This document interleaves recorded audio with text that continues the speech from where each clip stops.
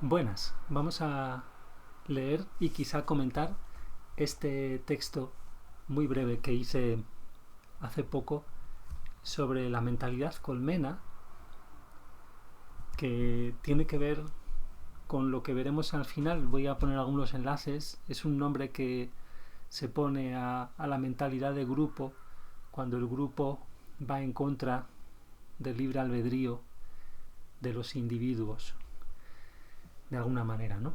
Cuando la individuación de alguna manera es una desindividuación, por así decir. Entonces, voy a leer. Solo una mente dañada por la mentalidad colmena cree que hay varias morales. Entonces, fijaros, también tenemos que decir antes de empezar que el ámbito del alma, como hipótesis lo podéis aceptar si no lo sentís, es el que rige de alguna manera y el que contiene todo lo demás. Incluso rige las leyes que están por debajo, que serían los ámbitos energético, espiritual y físico. Como vimos algunas veces con este croquis que nos plantea Miller del universo, viéndolo, digamos, desde la perspectiva de Dios. Es el diagrama del universo de Dios, tal como lo llamaba, y lo vimos en algunos momentos. Entonces, la capa del alma está aquí en naranja, conteniendo las capas de las leyes de lo de debajo, que sería todo la capa de las leyes de los universos físicos, incluyendo en ellos los espirituales también, porque también es como si fuera otra materia. Entonces, el ámbito del alma, que es el ámbito de lo moral, está sujeto, como nos cuenta la verdad divina, a leyes igualmente precisas, y por lo tanto hay una verdad absoluta sobre cada cosa. Pero ahora lo veremos. Es solo colectivamente hablando que existen varias moralidades. Es decir, la ideología, que podríamos definir así rápidamente a lo bruto como pensamiento afectado por la mentalidad colmena, la ideología en general está dañada por tal mentalidad. Y solo la mente dañada por esa mentalidad colmena puede creer que hay varias morales. Solo las heridas emocionales en nuestra alma son las que nos hacen creer en esa falsedad, en que hay varias morales. Entonces, como hemos explicado sencilla y claramente en Miller, sucede que el ámbito del alma, el moral, está sujeto a leyes precisas, igual que eso, como he dicho antes, que los ámbitos energético-espiritual, digamos, el espiritual, nuestro cuerpo espiritual, que ya está aquí también, y el físico. Entonces, para entrar de forma ágil en este tema, el razonamiento importante que podemos hacer sería algo así. O sea, esto contiene varias hipótesis para que cada cual, con mentalidad abierta, experimente a ver si se verifican, por así decirlo, como hacemos en la ciencia, ¿no? Entonces, en primer lugar, el individuo sabe potencialmente la verdad absoluta. Sobre todo eso, sobre todo plantándonos, aquí hago un paréntesis porque plantándonos en el alma, o sea, es decir, vale que cuando llegamos a la sociedad, al mundo, pues hay una serie de verdades compartidas que nos pueden ayudar a no partir desde cero con cosas muy rudimentarias sobre la verdad acerca del universo, ¿no? Gente que ya ha descubierto leyes como las leyes de la aerodinámica y cosas así, pues sobre eso, sobre esa construcción, sobre esa capacidad de descubrir que tuvieron los antiguos, esa capacidad desarrollada, expresada, esos descubrimientos nos permiten ya, sin hacer ningún esfuerzo, tener uso de esas verdades, usar esas verdades, tener cosas que usen esas verdades. Pero el alma es donde radica realmente nuestra autoconsciencia, nuestra identidad en el fondo. y nuestro libre albedrío y la conciencia en el sentido sin la S, es decir, moral, de saber perfectamente lo que está bien y lo que está mal, también en un sentido moral, aunque la conciencia como órgano de la verdad, ya hemos visto en otros lados, es potencialmente usada, es lo que usamos para obtener verdad directa sobre cualquier tema de parte de Dios. Entonces el individuo sabe potencialmente la verdad absoluta de cualquier cosa. Así de poderosa es el alma. Ya digo, esto es para quien no lo crea, pues como hipótesis para verificar en su vida, ¿no? Y entonces aquí pongo un ejemplo, ¿no? La gente no dañada, que no está dañada mentalmente, sabe sin razonar que si mata a alguien se dañará a sí misma, o sea, dañará su alma. Y eso lo sabemos en el sentimiento, en el corazón, digamos, en el alma. Entonces, ahí tenemos la verdad absoluta, un caso, ¿no? Por así decirlo. Esa verdad no es relativa, hemos dicho, es un caso de verdad absoluta, pero no dice no debes matar, sino que si matas el alma se degrada. O sea, nosotros tenemos libre albedrío. Dios en nuestra alma tiene el órgano de la conciencia, tenemos el órgano de conciencia en el alma para escuchar el sentimiento de Dios sobre cada cosa, si queremos. Normalmente no podemos porque estamos muy oscurecidos, muy dañados emocionalmente en el alma. Pero Dios no dice ahí, no tienes que hacer esto, no tienes que hacer lo otro, en absoluto. Solamente es que si matas, el alma se degrada. Por lo tanto, la felicidad nos va a estar más lejana para nosotros. Y la relación virtuosa, por así llamarlo, con el universo y con Dios, en el caso de que podamos tener relación con Dios, o sea, que queramos, y por eso que podamos. Y eso se siente, es decir, eso de que si matas el alma se degrada es algo que se siente, es una información del tipo más profundo que pueda haber. Además, la verdad absoluta es infinita, como nos cuenta Miller en muchos sitios.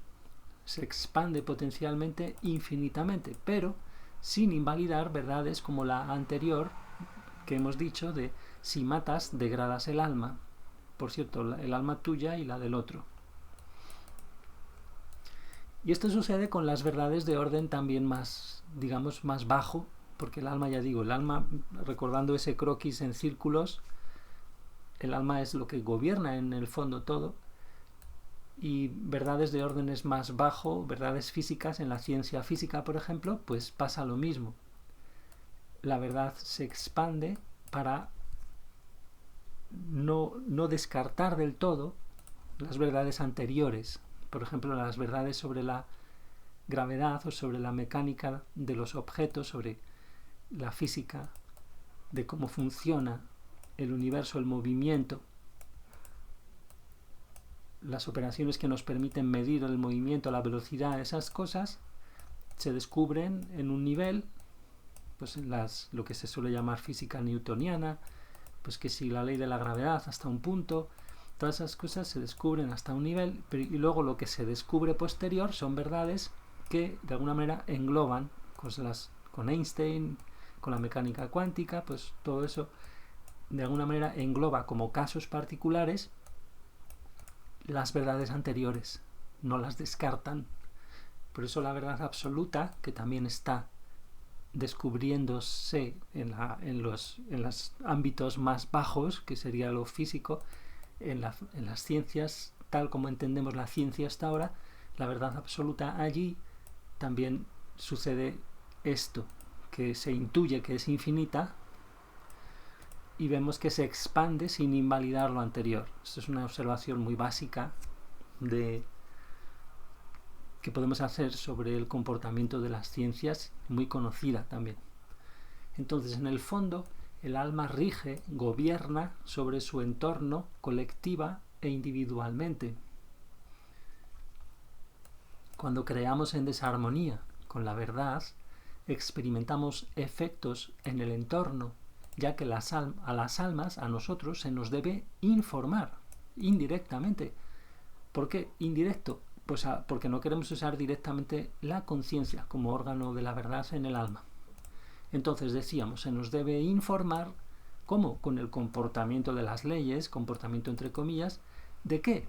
Pues de que así nos degradamos.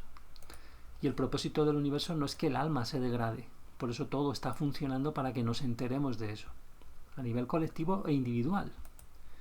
Entonces nos degradamos colectiva e individualmente, ¿cómo? Con determinadas formas de crear, que los humanos las hacemos continuamente. De hecho, casi todo lo que hacemos en el mundo humano, o si no todo, es degradante.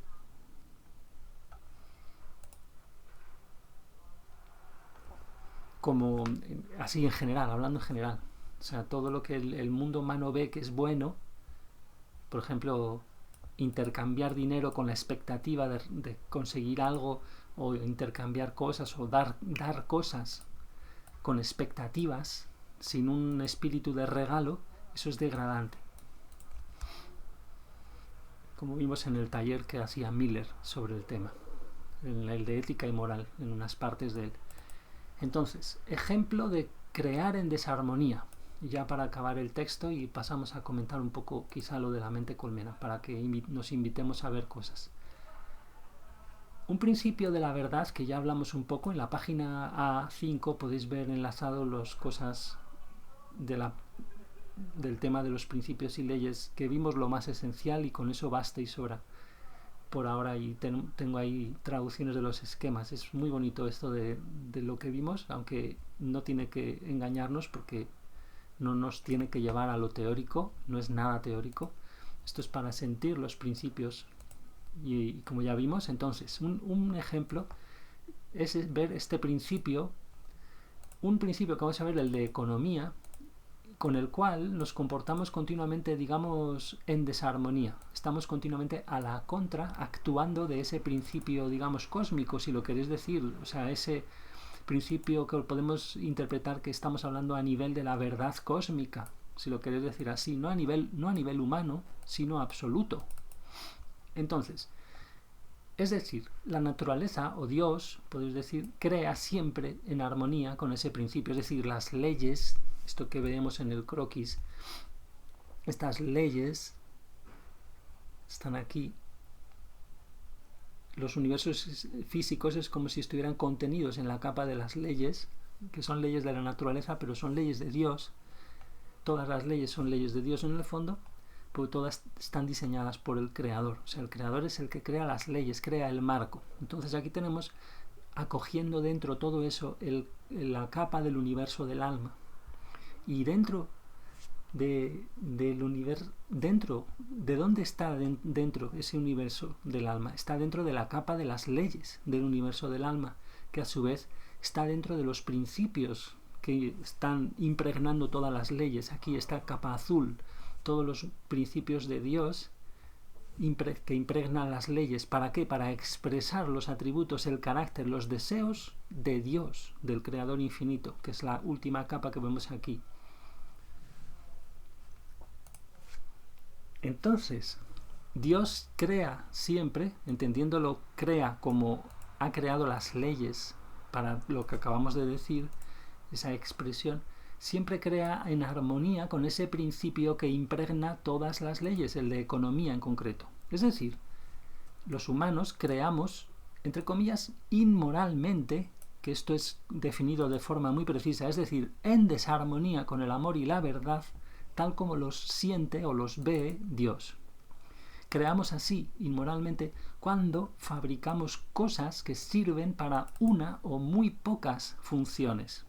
Porque lo natural es crear de forma armónica, es decir, armónica con todos los principios de Dios y en concreto con el de economía, por ejemplo, pero todos a la vez, y crear así entonces tal como Dios crea, entre comillas eso. Por ejemplo, un árbol, como vimos en esos comentarios que hicimos, que tengo enlazados en esa página que he dicho, un árbol sirve para innumerables cosas, además de producir sentimiento de belleza.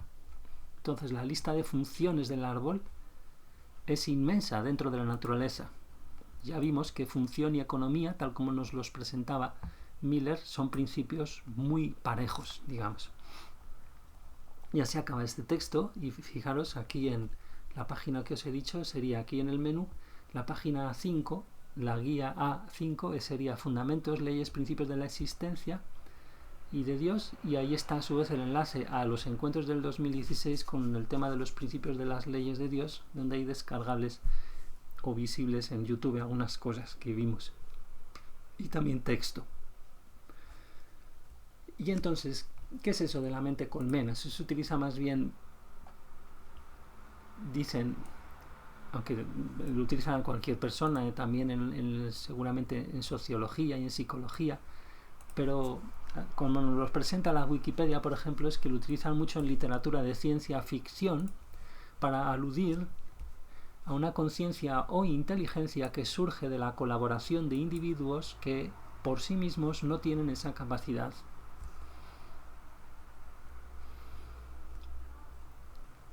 Sin embargo, si veis la definición en inglés, vamos a ver al principio,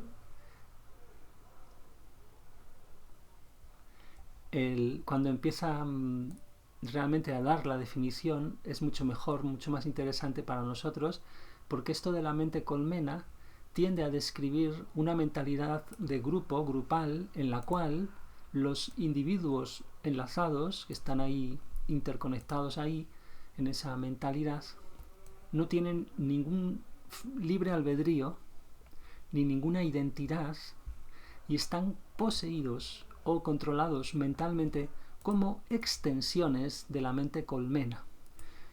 Esto es animalesco, o sea, esto es como funcionan las hormigas y todo eso, ¿no?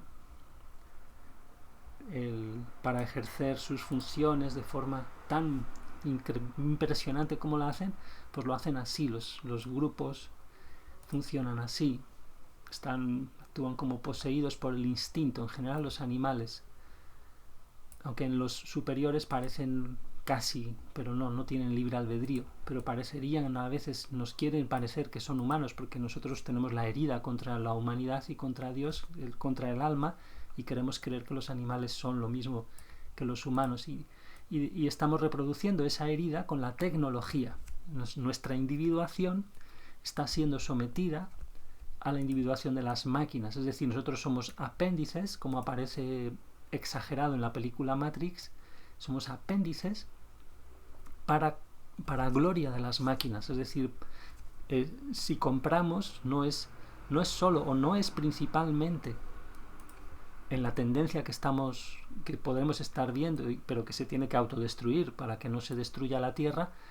La tendencia es que nosotros compremos y tengamos máquinas a mayor gloria de las máquinas, es decir, no las compramos y las tenemos porque nos sean útiles y todo eso, sino para que ellas se individualicen más y mejor cada vez. Y en todos los móviles vemos, no los podemos abrir, los aparatos móviles, con el cargo que va contra el medio ambiente de eso, porque entonces hay que volver a fabricar todo, o sea, hay que tirar el aparato completo. Todas esas cosas son como animalitos y se están individuando esos animalitos tecnológicos, parasitando, entre comillas parasitando, la mente colmena de unos humanos tecleando a la tecla de comprar, pum, pum, sí, la última cosa, como hormiguitas enlazadas ahí a la red, y de la mente colmena sirviendo en realidad a la individuación de la inteligencia artificial y de la tecnología en general. Esto es un movimiento de desindividuación va a la contra de esto, del libre albedrío en muchos casos, y de el propósito del universo, que es la expresión plena de nuestra identidad, que en el fondo está en el alma, es lo más profundo de todo, y el alma rige. Por eso ocurren ahora tantos desastres naturales y artificiales, parece que van a ocurrir muchos más, crisis montadas por los medios de comunicación de muchos tipos, porque se autodestruye, porque todas las leyes funcionan para destruir nuestra estupidez, que es esto. O sea, nosotros no somos hormigas. Entonces, es en este contexto. Entonces, por ejemplo, es muy interesante ver, aquí hay unos pocos ejemplos, estaría bien ver alguna de estas series o películas, quizás, si se tiene miedo sobre estas cosas. Y aquí hay unos cuantos ejemplos de la ciencia ficción. De lo más famoso que hay es lo de Star Trek, que yo creo que esa película me parecía como muy larga y muy rollo y nunca la he terminado de ver, yo creo. Estos de los Borg es un ejemplo súper célebre, y aquí en inglés está muy bien la cantidad enorme de ejemplos que hay sobre libros, películas, cómics, acerca de la mente colmena, y series de televisión, que es lo que ahora está más de moda quizá, ¿no? Y videojuegos también. Una lista inmensa donde se detectan ejemplos de seres o extraterrestres, todo tipo de historias. Y luego aquí tenemos, también muy interesantísimo, una mentalidad de grupo que no es mente colmena, donde los individuos conservan sus identidades y su libre albedrío y se pueden unir o dividir de esa mentalidad grupal, de esa mente grupo, a su propia voluntad. O sea, es una sociedad, digamos, virtuosa en ese sentido, a favor del libre albedrío de cada individuo, no como lo que nosotros tenemos en las religiones, por ejemplo. También es una mentalidad colmena. Las mayores religiones del mundo, ¿no? Son todas realmente asquerosas en ese sentido, porque es eso, por mucho que tengan cosas muy bonitas, están ahí ensuciadas con la mente colmena de forma muy desagradable, ¿no? Y algunos ejemplos pueden tener características de tanto de la mente colmena como de la grupal.